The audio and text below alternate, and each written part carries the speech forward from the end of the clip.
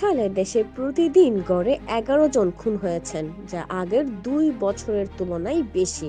এর মধ্যে শুধু গত বছরই রাজনৈতিক হত্যাকাণ্ডের সংখ্যা ১০০-র বেশি। বিশ্লেষকদের সংখ্যা ভোটের আগে এই ধরনের সহিংসতা নির্বাচনের পরিবেশকে মারাত্মকভাবে ক্ষতিগ্রস্ত করতে পারে। পরিস্থিতি মোকাবেলায় তারা আইন শৃঙ্খলা বাহিনীর তৎপরতা বাড়ানোর পাশাপাশি রাজনৈতিক দলগুলোর মধ্যে ঐক্য গড়ে তোলার পরামর্শ দিচ্ছেন। গত বছরের ১৭ নভেম্বর মিরপুরে স্থানীয় বিএনপি নেতা গোলাম কিবরিয়াকে গুলি করে হত্যা করা হয়। এর এক মাস না যেতেই ১২ ডিসেম্বর রাজধানীর বিজয়নগরে প্রকাশ্যে দিনের বেলায় দুর্বৃত্তদের গুলিতে গুরুতর আহত হন ইনকিলাব মঞ্চের আহ্বায়ক ওসমান হাদি। চিকিৎসকদের সর্বোচ্চ চেষ্টা ও সহযোদ্ধাদের প্রার্থনার পরও শেষ পর্যন্ত তাকে বাঁচানো যায়নি। ওসমান হাদির হত্যাকাণ্ডের মতো একই কায়দায় চট্টগ্রামের রাউজানে যুবদল নেতা জানে আলম শিকদারকেও হত্যা করা হয়। সর্বশেষ ৭ জানুয়ারি তেজগাঁওয়ে খুন হন স্বেচ্ছাসেবক দল নেতা আজিজুর রহমান মুসাব্বির। ত্রয়োদশ জাতীয় সংসদ নির্বাচন যখন দোরগোড়ায়, তখন এই ধরনের ঘটনার পুনরাবৃত্তি ভোট সংশ্লিষ্ট সবাইকে উদ্বিগ্ন করে তুলেছে। মানবাধিকার সংগঠন আইন ও সালিশ কেন্দ্রের প্রতিবেদনও আশাব্যঞ্জক নয়। সংস্থাটির হিসেবে ২০২৫ সালের জানুয়ারি থেকে ডিসেম্বর পর্যন্ত রাজনৈতিক হত্যাকাণ্ডের শিকার হয়েছেন অন্তত ১০২ জন।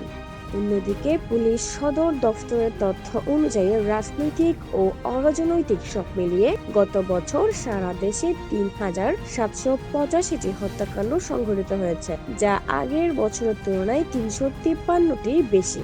পুলিশ সদর দফতরের মুখপাত্র AHM শাহাদাত হোসাইন বলেন, জাতীয় মানবাধিকার সংস্থাগুলোর প্রতিবেদন আমরা অত্যন্ত গুরুত্বের সঙ্গে বিবেচনা করি। প্রতিটি ঘটনার প্রতিবেদন আমরা নিজেরাও পর্যালোচনা করি এবং বিশ্লেষণের মাধ্যমে দেখি কোন ঘটনা কোন প্রেক্ষাপটে ঘটেছে।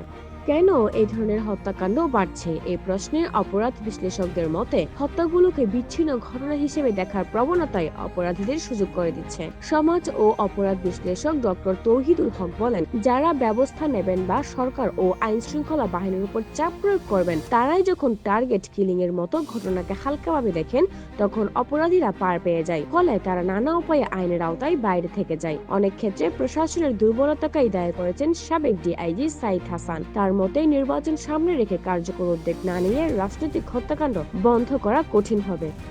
বাংলাদেশ পুলিশের সাবেক ডিআইজি খান সাইদ হাসান বলেন, কিছু দুর্বলতা অবশ্যই আছে, বিশেষ করে গত ১৭ বছরে পুলিশ ও অন্যান্য আইন শৃঙ্খলা বাহিনীর অনিয়ম ও অপরাধের কারণে বাহিনীর ভেতরে এক ধরনের অস্থিরতা তৈরি হয়েছে। তথ্যভিত্তিক বিশ্লেষণের মাধ্যমে কার কতটা শত্রুতা বা ঝুঁকি রয়েছে তা বিবেচনায় নিয়ে নজরদারি বাড়ানো যেতে পারে।